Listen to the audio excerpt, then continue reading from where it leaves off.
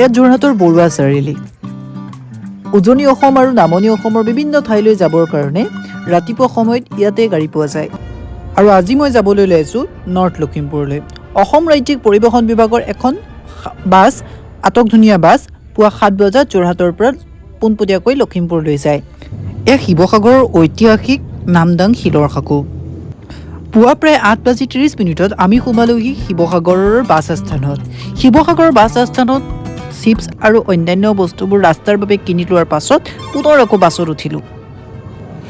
এয়া ডিমৌৰ ৰাজহুৱা বজাৰ, কাৰণ আজি দেওবাৰে ইয়াত বজাৰ বহে। কাণত হেডফোন লগালোঁ আৰু জুবিনৰ গানবোৰ শুনি শুনি গৈ থাকিলোঁ, কাৰণ জুবিন আৰু যাত্ৰা ইয়াৰ মাত্ৰাই বেলেগ।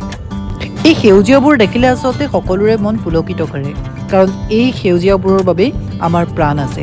এই সেউজীয়াবোৰ আমাৰ ধৰাৰ বাবে অতিকৈ প্ৰয়োজনীয়, কাৰণ গছ থাকিলেহে মানুহ থাকিব।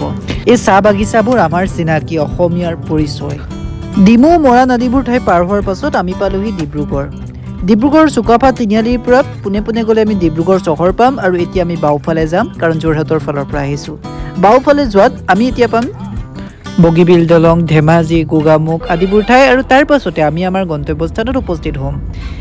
ধেমাজি, লখিমপুৰ এই ঠাইবোৰৰ পৰা ট্ৰেইনো চলে ডিব্ৰুগড়লৈ পোনপটীয়াকৈ।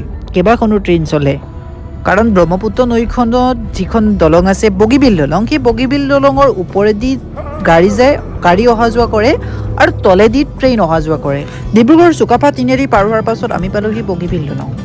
বগীবিল দলংখন ব্ৰহ্মপুত্ৰৰ ওপৰত থকা এখন দলং। বগীবিল দলংখনৰ দৈৰ্ঘ্য হৈছে 4.94 কিলোমিটাৰ।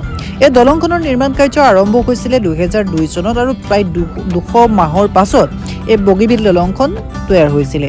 বগীবিল দলংখন উদ্বোধন কৰিছিলে দেশৰ প্ৰধানমন্ত্ৰীগৰাকীয়ে 25 ডিচেম্বৰ 2018 চনত। অসমৰ সভ্যতা সংস্কৃতিৰ চিনাকি অসমৰ এই নদ-নদীসমূহ বহু লোকক জীৱিকাৰ পথ মুকলাই দিয়াৰ লগতে এই নদীসমূহে ৰাজ্যখনৰ প্ৰাকৃতিক পৰিৱেশ বৃদ্ধি কৰোঁতা গুৰুত্বপূৰ্ণ ভূমিকা পালন কৰিছে। এনেদৰে আহি আছিলোঁ, আৰু এইখিনিতে এজাক মুখলধাৰ বৰষুণে আমাৰ যাত্ৰাটোক আৰু অধিক মাত্ৰা দিলে।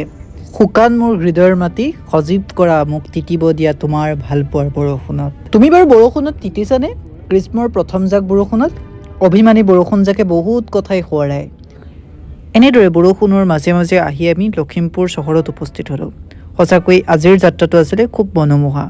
আশা ৰাখিছোঁ ভিডিঅ'টো চাই ভাল পালে। পৰৱৰ্তী ভিডিঅ'লৈ অপেক্ষা কৰিব, লগতে চেনেলটো ছাবস্ক্ৰাইব কৰি ল'ব।